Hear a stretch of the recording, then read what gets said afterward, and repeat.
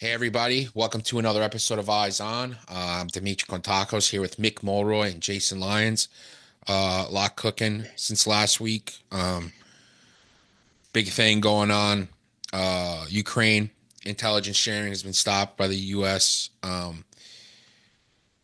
They're gonna have some negotiations in Saudi Arabia in this coming week between the U.S. and Ukraine to see if they can hammer out this mineral deal. Um, yeah, a lot going on too. Russia just made trying to push back in Kursk. Supposedly have taken three villages there. Um, yeah, so a lot going on there. What do you guys, Mick? I haven't spoken to you since they stopped sharing intel. So what's like your thought on that? Yeah, D. So, I mean, it was tough for the Ukrainians when we cut off security assistance, of course, because with the logistical pipeline, the way it works, they'll start running on critical shortages around May, right, of 105 millimeter rounds and the rounds that they use to defend themselves, air and missile defense. But the issue with intelligence, and we don't know exactly what they cut off and didn't, but it has immediate impact, right? So your ability to defend yourself, and people say, "Oh, they still pass information on defending yourself," and I hope that's the case. I don't know what it is, but a good offense is also important in your defense, right? So if you can't see the enemy preparing to launch missiles and drones at you because you don't have the high definition imagery from the United States or the electronic SIGINT package that can also track people, then you can't adequately hit it before it hits you, Mm, right? So that's offensive, but it's defensive. Um, and then, so that's step one. You don't have the ability to strike before they launch. Two, you have a very limited ability to detect the incoming threat and therefore take it out of the sky, right? So that's another. That's two. Three, any kind of offensive maneuver requires intelligence, right? I mean, you got to have eyes and ears out there, and I think that's why you're seeing Russia take advantage. I mean, there was hundreds of drones and missiles and bombs dropped right the day after we cut off mm, intel. So I don't think that was an accident. I think they were taking advantage of this shift between the U.S. providing intel and potentially France trying to make up for it. mm. They have satellites, both types of satellites that they need. Uh, of course, none of it is as good as the United States. I'm not just saying that because I'm biased, but most of our European allies have relied on the US for intelligence, right? So us cutting off Ukraine, it's very difficult for them to make up for it. Should they have relied on us? You could certainly make the case they shouldn't. Now you can definitely make the case they shouldn't. Um, but certainly this has caused Ukraine a lot of trouble. And it is likely to push Russia further away from the negotiation table, right? So things are going their way. If we're cutting out security assistance and intelligence support, Russia's looking at that saying, why would we now go to why would we go to the table to start talking about a ceasefire? So to me, it's having the opposite effect on bringing this conflict to an end, and certainly having some kind of earnest dialogue, which Russia hasn't even indicated they're interested in, really, to how this war can stop, at least a pause, where there'd be security guarantees to Ukraine. So it isn't just a pause while Russia brings in more North Korean troops and rebuilds its arsenal. So it's very problematic. It likely caused a lot of the carnage that we saw this week, including the deaths of 14 people and 5 of them were children. At least contributed to it. And I think they should turn it back on immediately and not use that as some kind of bargaining chip to get the Ukrainians to the table. Which, unless I'm missing something, they seem to want to go to the table. Right. Um, yeah, and then the mineral deal, apparently, according to reports, we'll have to find out if it's true. Does not, even if they sign it, doesn't mean that they'll turn back on the security assistance nor turn on Intel. So, in what's in it for them category, I don't know what's in it for them. It Right. seems like they would have to have a guarantee, at least, of continued military support and Intel to sign the deal, or else it's just, you know, doesn't mean anything for the Ukrainians. And what Yeah. does this do for our, our European allies anywhere, not even just in Europe. If we are, turning things on and off at the, at the drop of a dime here, are they even going to trust us to, have their backs? That's when they'll start looking elsewhere. It's I think the second and third order effects of this decision has yet to be seen. Hey guys, it's Jack. I just want to talk to you for a moment about how you can support the show if you've been watching it, enjoying it, but you'd like to get a little bit more involved and help us continue to do this. You can check out our Patreon. It is patreon.com/theteamhouse. And for $5 a month, you can get access to all of these episodes of The Team House ad-free. The same goes with our affiliated podcast, Eyes On, with Andy Milburn, Jason Lyons, Mick Mulroy. That one, you will also get all of those episodes ad-free. And you support the channel and the show, and we really appreciate it. The Patreon members are literally what has helped this company, this small business survive, especially during our early years. And you are what continues to help this thing going, even as we navigate the turbulent world of YouTube advertising. So we really appreciate all of you guys.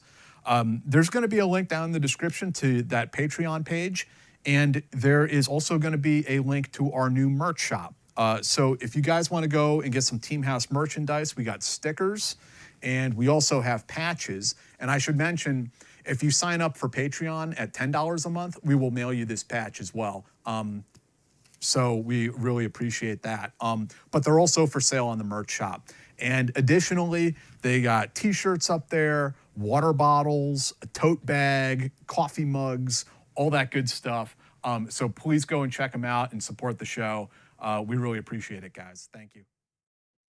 So another part of what Jay's talking about is also going to be whether they trust our weapon systems. No, if you think about it, I mean, we've essentially made a lot of our systems ineffective because we cut off, certain things that are required for them to be successful, like the HIMARS, for example, right? That requires specific U.S. data to be accurate. So if we sell somebody a HIMARS and then we decide we don't like them anymore, like apparently we don't like Ukraine anymore, Right.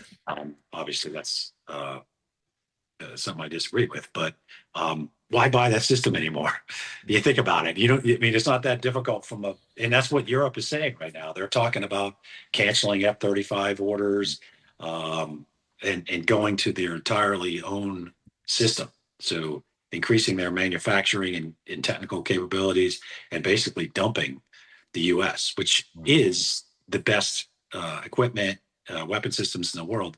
But if it's not reliable and you can't count on it, it doesn't matter if it's the best. If we can essentially render it ineffective, then it is not something that most countries would consider safe.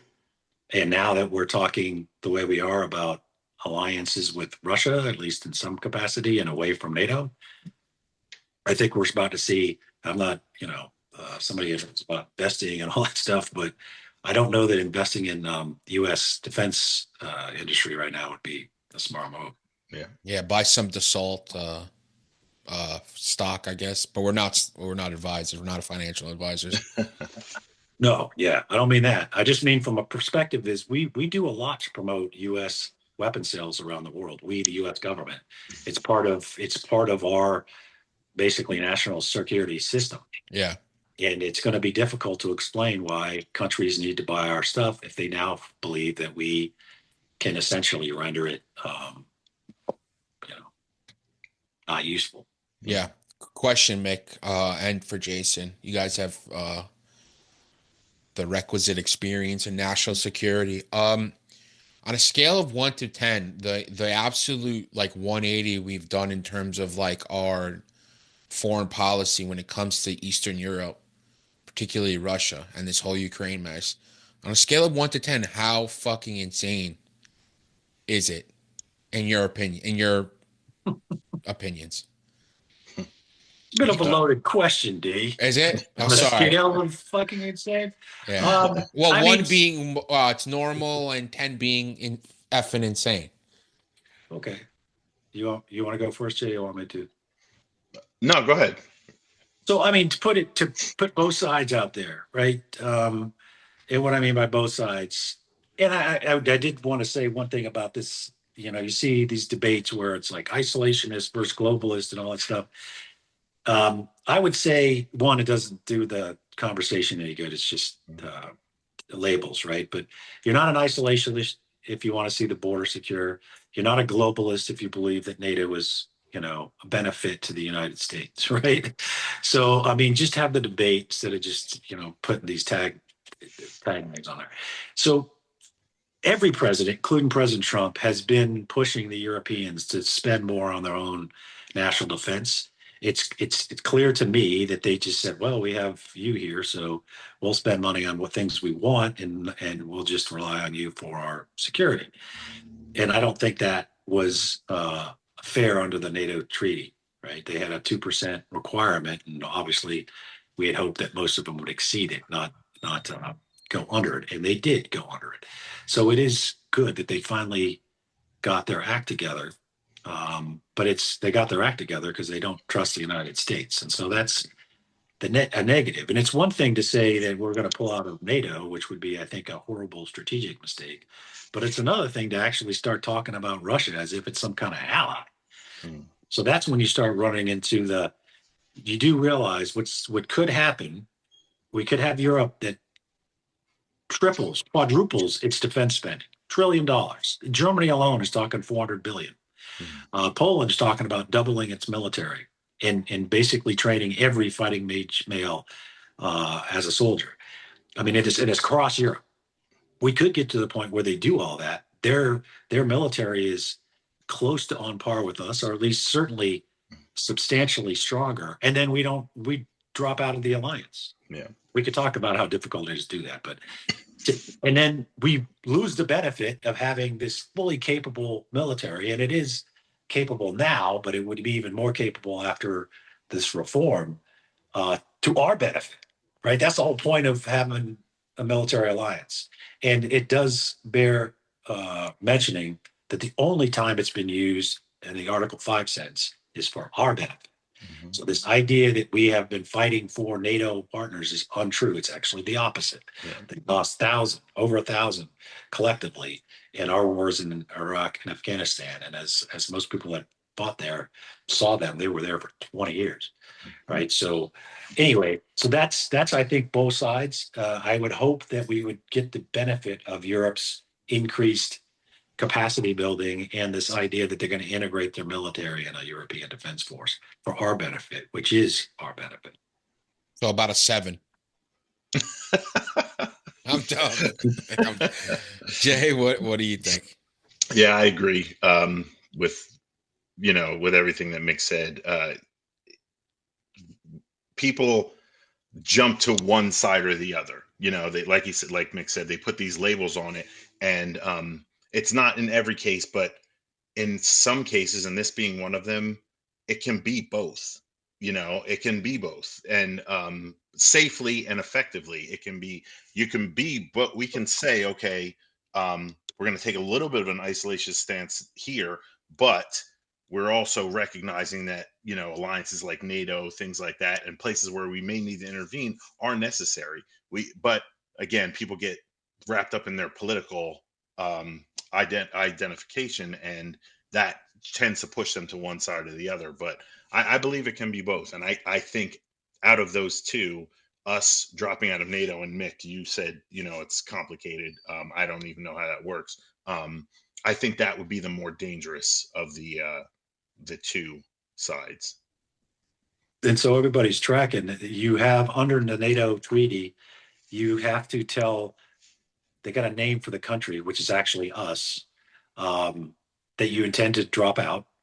And of course, that's public.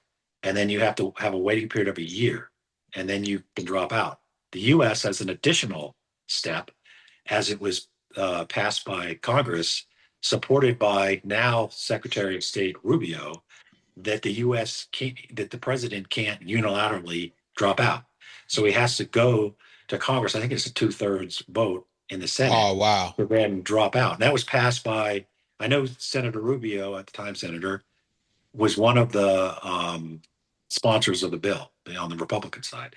So that essentially President Trump can't drop out without that, unless it's challenged in the Supreme Court and they win. But as it stands now, it's a 1-year waiting period. And then the U.S. system, it was passed in the National Defense Authorization Act, and I think I can't remember the year, 23 maybe. But Wow. so there's a people were just saying that we're just going to pull out. Right. That's not the case. Well, that's good. Speaking about Poland, Mick mentioned that they're thinking about calling up all their military-age males for military training. They're also kicking around the idea of going nuclear, which you can kind of understand. Like, it's literally their backyard, you know? What are your thoughts on that? And like, how would that look like? Yeah, for me, it'd be because I've never even put the Poland and nuclear together. How easy or hard would it be? Like, do they have the capability? Which I have no idea. Yeah, so inside Europe, you have the UK and France that are nuclear armed. Mhm. And I think between the two, they have like 500 something. I don't know how many nuclear weapons do you need, right? But Right. so the question would be internal to the sharing inside the EU, and I don't know the legalities of this. Could France or the UK share their technology with Poland? And Germany's also talking about it too. We all know the Germans will be able to figure this out on their own. Sure. Yeah. Probably Poles too. I'm not to distant, but this is something that could be expanded rather quickly because the technology and the resources are there. So we could see multiple states arm nuclear weapons inside Europe or countries. And France is talking about using theirs to basically cover the umbrella of the EU, which might be more effective, so they don't all have to have their own individual nuclear weapons program. Yikes! But it Yeah. speaks to the I'm not going to say desperation, but it's the only word I can think of right now. It speaks to the gravity of the situation that they see themselves in, that they're bringing this up. Yes, agreed. And they're preparing for war in Europe right now. I mean, I think Americans should realize that there's all the border countries are now dropping out of all the conventions on the use of landmines and all that stuff for a reason. So they're going to create this, huge not demilitarized, but buffer between them and Russia, all the way up in Finland. All they're dropping out, right? So they are spending more on their military. I think they'll probably get collectively more than we spend potentially. This is serious, and it could. They think that if Russia is successful in Ukraine, that they're next. And they no longer can rely on the United States, even though we have an obligation under Article 5. So Europe is preparing for war now. I don't think it's just rhetorical bluster. I think they believe that this could happen, and they want to get to the point where they're strong enough to deter it from happening. Sticking with Poland for a second, the foreign minister today tweeted out about Starlink. So Radoslav Sikorski, and sorry if I brutalized that name. Starlinks for Ukraine are paid by the Polish digitized ministry at a cost of about $50 million a year. The ethics of threatening the victim of aggression apart, if SpaceX proves to be an unreliable provider, we will be forced to look at other suppliers. Elon Musk responded to him, telling him to be quiet, small man. You pay a tiny fraction of the cost, and there's no substitute to Starlink. Marco Rubio, and Elon Musk is Elon Musk. He's a little cuckoo. We all know that, and he's susceptible to tweeting at all times of the day.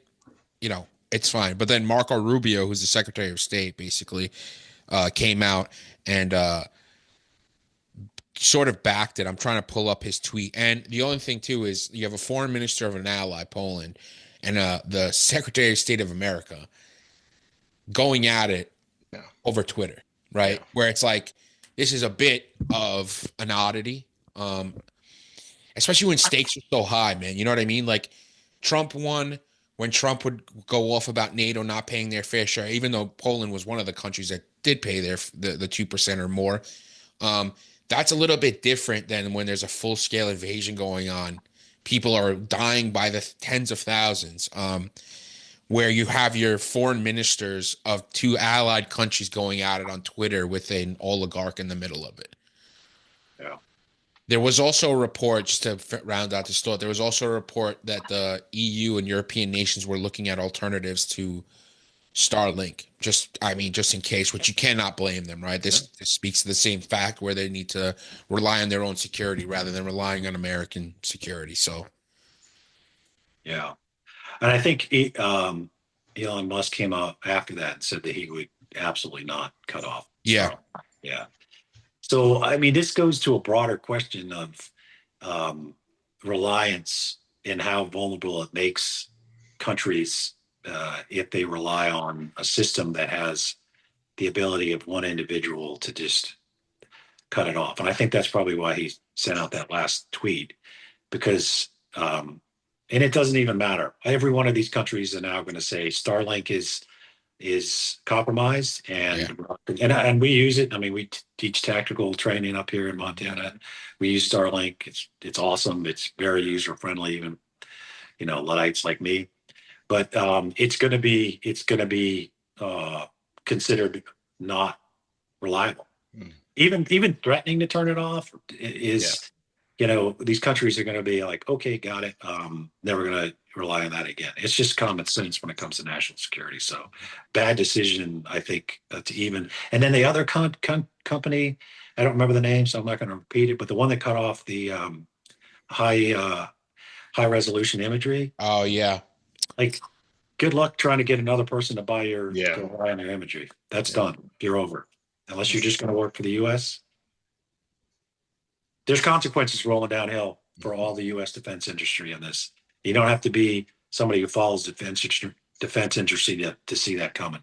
They're just not going to rely on us anymore. We're unreliable. We essentially can, at a moment's whim, turn off the effectiveness of a weapon system or imagery or communications, which obviously is required to be able to function as a military. And that all trickles down to, from that big picture all the way down to that human asset on the ground. He's like, why should I work with you guys if you guys can do this, at the drop of a hat? How do I know that you're going to keep me safe? So again, those second and third order effects. Yeah. Yes, it's going to have serious consequences. yeah. What do you think? A little speculation. What do you think is going to go down at these talks in Saudi Arabia? Also, I got a question, like a dummy question. Why are they happening in Saudi Arabia between these two delegations? But let's just speak to the more broader point of what do you think is going to happen? We're going to sign this mineral deal, like Mick. So Saudi Arabia is trying to play a lot of the roles in mediation. Of course, this is between the U.S. and Ukraine, so it should be, regardless of the current issues between the leaders, it's a partner, was a partner. So, but anyway, that's where they're having it there. They're going to play a substantial role in, U.S. and Iran, for example, potentially, because they've had their own détente, if you will, with Iran. But I think that's why it's happening there. So what will happen? I think they have made it clear, they being the Ukrainians, are ready to sign this mineral deal. And the U.S. is saying in some ways that guarantees security because the U.S. can't, realize their benefit of the deal if Ukraine's taken over by Russia, which is true. But I do think Ukraine's going to want to see some kind of security assurance, even if it's primarily Europe backed up by the United States with air power or something. And they're going to want to at least see the continuation of security assistance because they don't really have an obligation to pay back that which they've already got. So intel and security assistance, I think, would be at the minimum for Ukraine, but we'll see. I think they said they're ready to sign it. And, at the end of the day, I hope it gets signed and we go back to supporting Ukraine with security assistance and intel. It's in our own interest. And if that happens and we're seeing Europe move out and increase support, now they're releasing or at least there's reports that they're going to release the funding that they've seized from Russia. So if we want to get Russia to the table, we're going to have to start making it consequences against them if we want them to do it. Because right now everything's going in their favor. That's, I mean, I'm not a negotiator, but that's not going to work in my opinion. Yeah. Jay, you got anything on that, or? No, Mick's pretty good at this as usual. Yeah. So Syria? yeah, Syria? yeah. So what's been going on in Syria? I mean, Mick, you know the ins and outs. You want to give us a rundown on what's happened the last week or so in Syria? Yeah, and I was just talking about this. This is, everybody was watching Jelani, if you believe he's not a reformist, Ahmed al-Shara, if you believe he is. Obviously, the Jelani is a name that he used when he founded Al Qaeda in Syria, right? So he took over Damascus with HTS, which used to be, or still is, I think, a U.S. designated terrorist organization. There was a lot of reformist talk, a lot of hope that he would be more unifying. I think the current administration was much less, or is much less, more doubtful than the last administration on whether he was in fact a reformer. And I think, unfortunately, for the people of Syria, that seems to be accurate, because in the last 48 hours, over 1,000 people have been killed by forces aligned with him, his forces, jihadists that essentially now run the government in Syria. And they did more than just fight the Assad insurgents. They brutalized civilians, summarily executed them, stripped women down, paraded them, there's some reports, nude, and did horrible things to them, and then summarily executed them. They've gotten kids to shoot their parents. It is about as bad and as ISIS / Al Qaeda as you get. So the world's now aghast, as they should be, in that, and they're looking to El Shara or Jelani to, like, what the hell's going on, right? So what are you going to do to stop this? I don't know that he promoted it. I don't know if that's known yet, but I can tell you that every group that, and we're looking at doing some humanitarian stuff there, every group is going to react to this by saying, this guy is not a reformist. He's not about a unified. This is an Alawite community, which is on the east coast of, and it was associated. That's where Assad came from. Of course, doesn't mean you kill every Alawite just because he happened to be of that sect. But the Druze in the south, which are Christians, are basically creating their own country. We already know about the Kurds in the east. It's going to segregate the entire country, and zero interest in integrating a military, because they don't trust it at all. And after last week, why would they? So this is going in the wrong direction. Yeah. And you also saw Israel taking a bit more of a active role. They sent in a big special forces op deep into Syria. And they're defending the Druze. Right. They've moved into the Druze, yeah, for sure. I'm trying to look if there was any update where, like, did Jelani or Al-Shara make any kind of statement in terms of, like, what the fuck's going on, right? You're the interim president. Everybody wants to see you in your nice suit, be a statesman.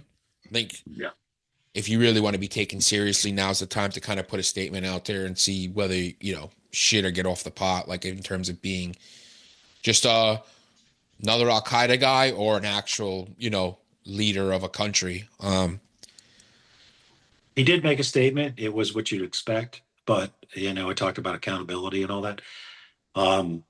He's going to have to prove it, because either he was complicit in it, which means he shouldn't be in charge of anything, or he doesn't have the ability to stop it, Right. which means he isn't in charge of anything, right? So, which means, like, stop pretending to be president.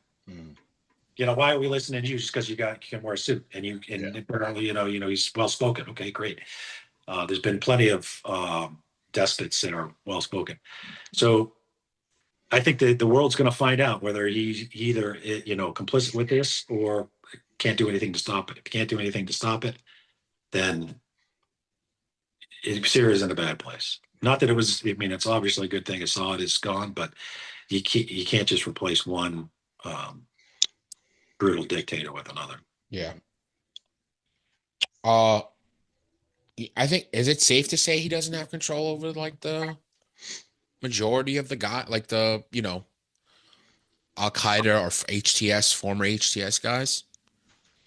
Honestly, that's the best case scenario for him right now. Right. Right? So that I don't have control over. Because if you do have control over them, and they videotaped all this stuff. So I Right. wouldn't recommend going to see it, but I do a lot of foreign media where they play stuff that we would never play on. And it was just nonstop. It was like, it was tough to watch, even from somebody who spent way too much time in war zones. It was god awful. And so they filmed it, the people who perpetrated it, and put it on social media. So this means A, they want to do this. B, they don't fear any repercussions, because why would you do that, right? So either he is controlling this or he has no control over it. And the latter is the best case scenario, but it's not a good scenario. Yeah. Jay, you got anything? No, I mean, Yeah. like Mick just said, his best defense is, I had no control over this. Well, okay, that's great for you, but what about the rest of the country? What's going to happen now? I mean, I think a short-term fix for him might be to say, hey, we hunted down those responsible, but people do that all the time within their own organization, turn on their own people, and just as a show of force. So really doesn't mean anything at the end of the day. What happens now for like in terms of the international community? Because there was a lot of talk once Jelani came to power, and he was doing like the glad handing with like Turkey, and he went to Saudi Arabia. He was really going around, this is the new leader of Syria. There was talk about like Europe and other countries like kind of lightening the load in terms of sanctions and things like that to kind of open the economy up, get some stability going. Where does that stand now? I mean, I can't see that being like full steam ahead anymore. So there's a meeting, I think, in Oman this coming week, maybe Wednesday or something, between a lot of the regional actors, Turkey, etc., on this very issue. As far as the sanctions, the U.S. was looking at getting rid of the Caesar sanctions, because that was specific to the Assad regime, who's obviously, sitting in Moscow right now. But this is probably going to put a pause on any of that. Yeah. And to give the current administration credit, they called it. I mean, there's a lot of people that were very hesitant during the transition, and now that the Trump administration's in place, to talk to Al Shara. I'm a believer that you should talk to people, but maybe they prove me wrong, in the sense that you don't want to normalize a guy who has not proven that he's, like, let's face it, he took power by force. I mean, it's a good thing that Assad left, but it's not like he was elected by the people of Syria. So he's not the president. I mean, people, I wish we would stop calling people president unless they were democratically elected. That's another topic. But just because he's a self-described president, he took power by force, and he hasn't shown any actions really that he's a different, in my opinion. I know people will disagree with that, but after last week, I don't think you'll hear many of them say anything. It's interesting too, because I remember when he first came to power in the interim government after he took Damascus and stuff, and Assad fled. There was all this talk about like sometime in March they would get together and kind of figure out a constitution. We are sometime in March now, and it doesn't seem like that's going to happen anytime soon, unfortunately. No, he might start talking about that. It takes a long time to write a constitution, right? That gives you time to stay in power. And then there's, they've even said 4 years before an election. I mean, that's most of them said, okay, so you're just going to stay in power. That's the plan. So so Syria is just not going to be a country, right? It's going to be a series of sections. Sad. Staying in the Middle East, Iran rejected the idea or the pitch to talk about their nuclear program with the United States. They came out pretty pretty heavily against it. I mean, the president of Iran last week said he was willing to open a dialogue, but the big boss, the Ayatollah, kiboshed that, and the Ayatollah spoke yesterday, I believe, and it was a pretty clear rebuke of like trying to have any kind of dialogue with the United States, definitely not Israel. So we're there now, and we've heard it before that like Iran's could be very close to weaponizing a nuclear weapon. 6 months or so to actually like a deliverable. What happens with this? Because I know even though we're kind of scooting away from Ukraine, the administration, they're very much Iran hawks still there. Yeah, I agree. So the issue is they have enough enriched, they believe enough enriched uranium for 6 weapons. The next step is they have to be able to create the triggering mechanism that would cause it to explode, right? To be an actual weapon. And then you could say, I'm sure they have, Iran has, that's why they focus so much on ballistic missiles. They have the ability to reach Israel, which they've already proven. So that's a lethal combination. Israel will not accept it. I think they would launch their own effort if the U.S. wasn't with them. But if the U.S. is with them, then the chances of success go up substantially. There's also certain munitions that only we have that would be very effective against these hardened deep earth facilities.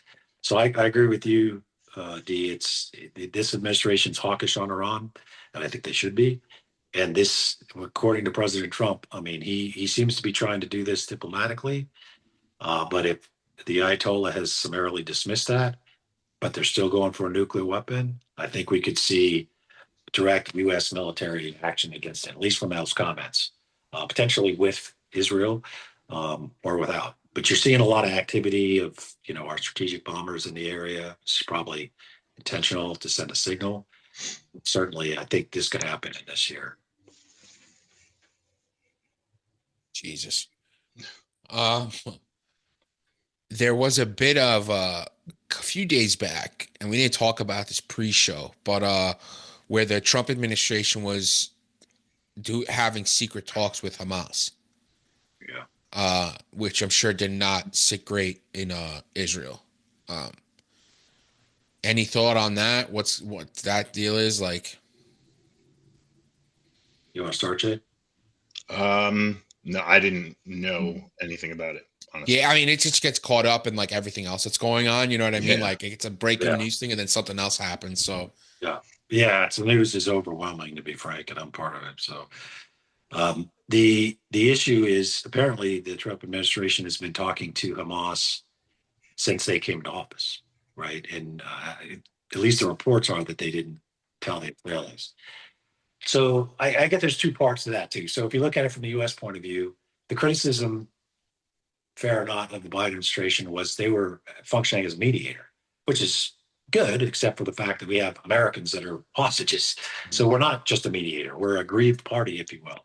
So I think the Trump administration is saying, therefore, we're gonna talk directly to, and I saw the gentleman that replaced Roger Carson's today on a news program.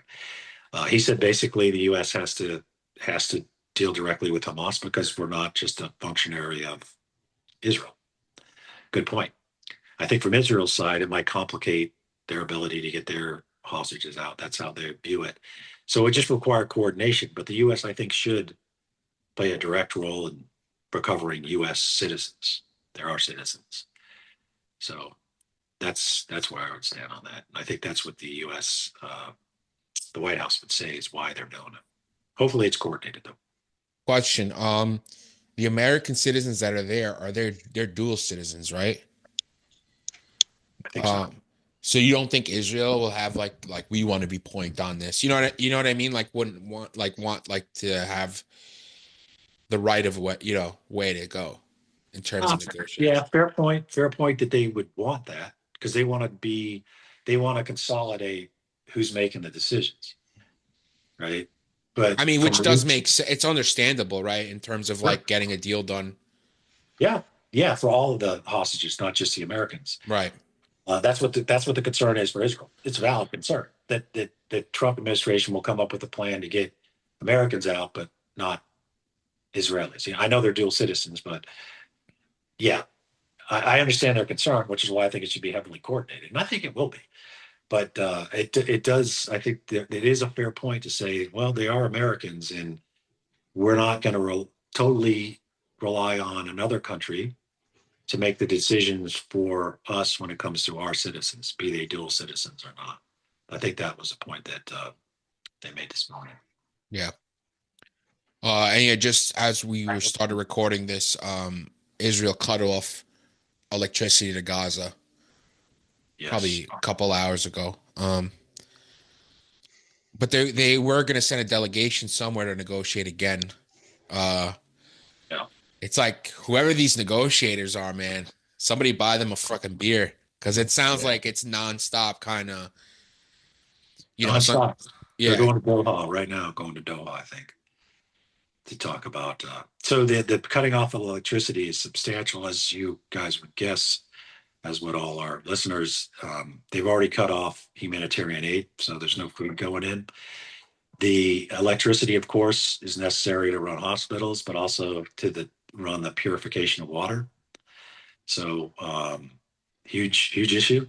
They're not going to be able to have clean water. The only alternative there is no alternative that I know of, and we're actually, my group has a plan to bring fresh water into Gaza. So we're probably smarter than the average bear on the issues of clean water in Gaza. But it's obviously seawater, right? So, which you can't drink. So huge problem. I think the idea behind it is they're going to put pressure on Hamas to extend the first phase of the ceasefire negotiations, because there's no consensus at all inside Israel on going into the second phase, which requires the withdrawal of IDF from Gaza. And they're just not to a place where that's feasible, because there's no alternative other than Hamas to security that would be a vacuum left by the withdrawal of IDF. So obviously this is significantly controversial, because you can't withhold food and water and medicine from civilians as a method of warfare. But this is likely why they did it, is to put so much pressure on Hamas. But they're also hoping Hamas cares about the Palestinian people of Gaza, which they've showed zero concern.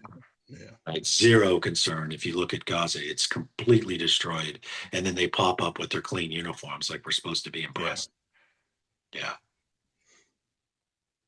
Yeah, man. I don't know how I feel about cutting food and water from a place that's been fucking too. And I know there's probably still another 10, 15,000 Hamas bad guys. I get it. But cutting food and water just to prove a point and put some feet to the fire, there's real life fucking consequences for that, and I just can't fuck with that. Yeah, agree. Yeah, agree. God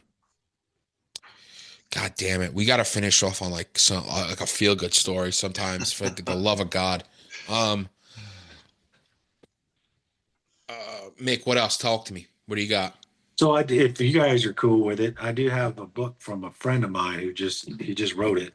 If it is, I'm sorry that I got a different view here, but he's a retired Green Beret, Eric Lawrence, good buddy of mine for the last, I don't know, decades and decades. He wrote a book. It kind of looks like a military manual. I think it was uploaded. Yeah. It's not, but it's called Fire Support: A Veteran's Guide to Health, Healing, and Life Beyond Service. So I feel like it's we should, highlight and plug these kind of things, because this is a veteran talking to other veterans about a very real concern, which is finding meaning after service. And this is what this book's all about. I assume you can find it on Amazon, but that is what it's called. It even has like a serial number, like an old RG 00-01 TAC. FM. But anyway, I wanted to highlight that because he spent a lot of time putting this together, and it's primarily just to labor love for his fellow veterans. Cool. There'll be a link in the description for that. Awesome. So go grab that there. Anything else? I think we covered it. A lot of. Oh, I got to jump on. Yeah, it's Mick's got to go do his real job instead of screwing hanging around with us. Check out Mick at Fogbow. Incredible work. providing humanitarian aid across the world. Lobo Institute as well. Any and all links are in the description for Mick. You want to see stuff he's written and stuff, follow him on Twitter, on Bluesky, LinkedIn, all those places down in the description. Jay, of course, his links are down in the description as well. Andy Milburn, we miss him desperately. He'll be back soon. His links are also in the description. And if you want some cool merch like what Jay's wearing or what Mick's drinking from, that link is in the description as well. If you want to help support the show, patreon.com/theteamhouse, ad-free audio and video for both Eyes On and the Team House. And thank you guys. Really appreciate it. Thanks, gents. Thanks, guys.